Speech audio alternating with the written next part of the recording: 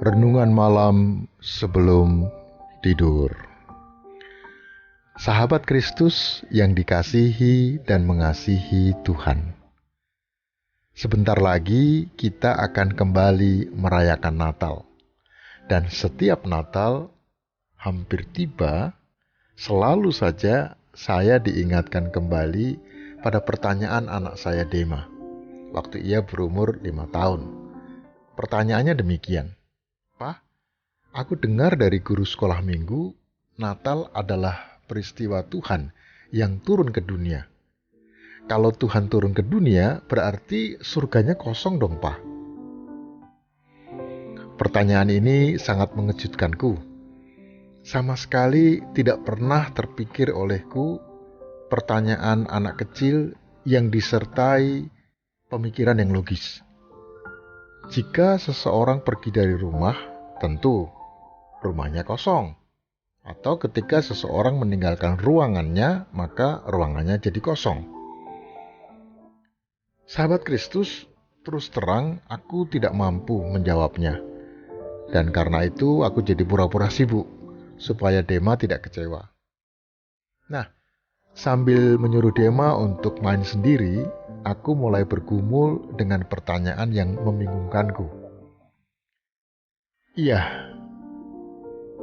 benar juga ya pikirku. Kalau Tuhan turun ke dunia, berarti surga kosong dong. Kalau surga kosong, ngapain juga ya orang, termasuk aku, berebut masuk surga atau berebut datang ke surga yang kosong? Pertanyaan anakku Dema telah menginspirasi pemikiran teologi aku selanjutnya. Perspektif teologisku yang awalnya hanya mengarah pada surga, pada hidup saleh dan hidup suci, menjadi mengarah pada dunia yang membutuhkan pertolongan, yang membutuhkan perhatian dan kepedulian. Kalau Tuhan dalam diri Yesus turun ke dunia, mengapa aku harus mencarinya di surga? Bukankah Yesus pernah berfirman dalam Matius pasal 25 ayat 35-36, "Sebab ketika aku lapar, kamu memberi aku makan. Ketika aku haus, kamu memberi aku minum. Ketika aku seorang asing, kamu memberi aku tumpangan. Ketika aku telanjang, kamu memberi aku pakaian. Ketika aku sakit, kamu melawat aku. Ketika aku di dalam penjara, kamu mengunjungi aku.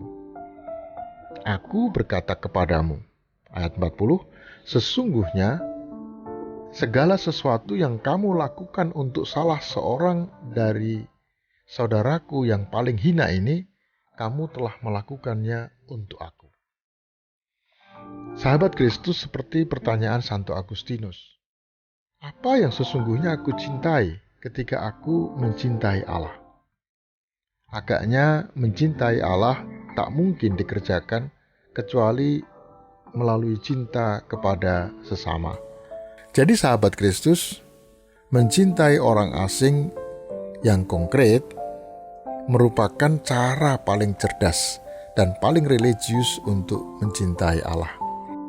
Wajah orang asing itu bisa digambarkan mungkin sebagai wajah korban korupsi, atau mungkin wajah orang-orang yang berjatuhan karena meletusnya Gunung Semeru, atau mungkin wajah perusak hutan. Menolak dan menerima orang asing dalam konteks perjumpaan sehari-hari ini selalu menjadi sebuah tindakan iman. Dan Allah senantiasa hadir, entah kita menolaknya atau menerima Dia. Maka menolak sesama sungguh-sungguh akan menjadi dosa besar yang sayangnya berlangsung setiap hari dalam kehidupan kita.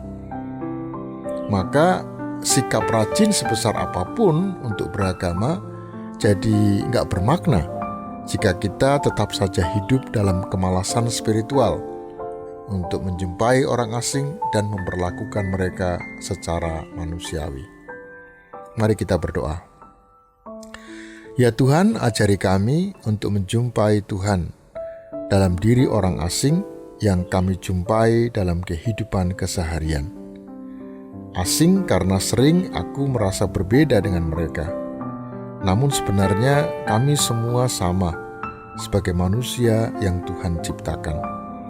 Bimbing aku untuk berani melangkah dan melakukan seperti yang Tuhan kehendaki. Amin.